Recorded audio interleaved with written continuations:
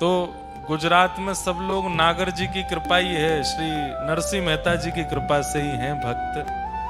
अगर हम कहते हैं नागर परिवार तो समझ जाओ कि सब भक्तों को संबोधित कर रहे हैं, क्योंकि हमारे श्री नरसिंह मेहता जी नागर कुल वंशज हैं। तो आपको पता है श्रीमद् भागवत के महात्म्य में लिखा था कि उत्पन्ना द्रविड़ेशाहम वृद्धिम कर्णाटके गटाम क्वचित क्वचित महाराष्ट्रे गुरुजरे जीर्णताम गतः। जब भक्ति महारानी प्रकट हुई तब नारद जी को अपना परिचय देती हैं पूरे भारत में भ्रमण करने के बाद, और उस समय भारत के प्रत्येक प्रांत का जो उन्होंने भक्ति का ग्राफ दिखाया उसमें सबसे नीचे गुजरात था। वो कहती हैं मेरा जन्म दक्षिण में हुआ, वृद्धिम कर्नाटके गताम, कर्नाटक में थोड़ी थोड़ी मैं बड़ी हुई, पली बड़ी, क्वचित क्वचिन महाराष्ट्र, थोड़ी थोड़ी महाराष्ट्र में भी मैं हूं, पर गुर्जरे जीर्णताम गतः, गुजरात आते ही मैं जीर्ण हो गई, मतलब वृद्ध हो गई। यहां के लोग भक्ति नहीं करते थे। श्री नरसिंह मेहता जी के चरित्र में आता है कि उस समय पर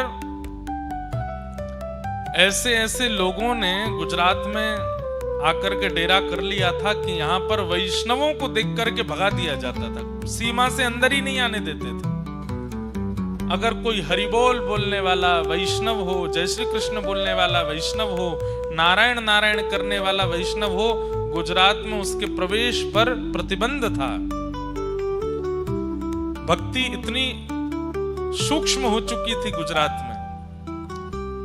उसी भक्ति को पुनर्जागृत करने के लिए श्री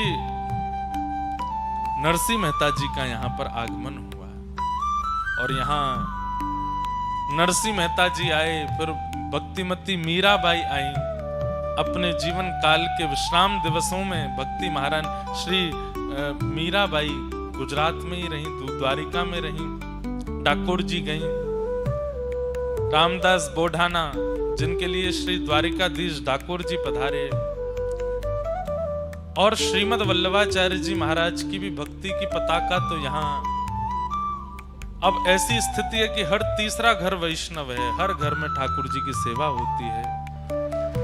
और ऐसी सेवा कि भारतवर्ष के वैष्णव जन अब गुजरातियों से सीखते हैं कि सेवा कैसी होनी चाहिए, ठाकुर जी के 56 भोग मनोरथ कैसे होने चाहिए।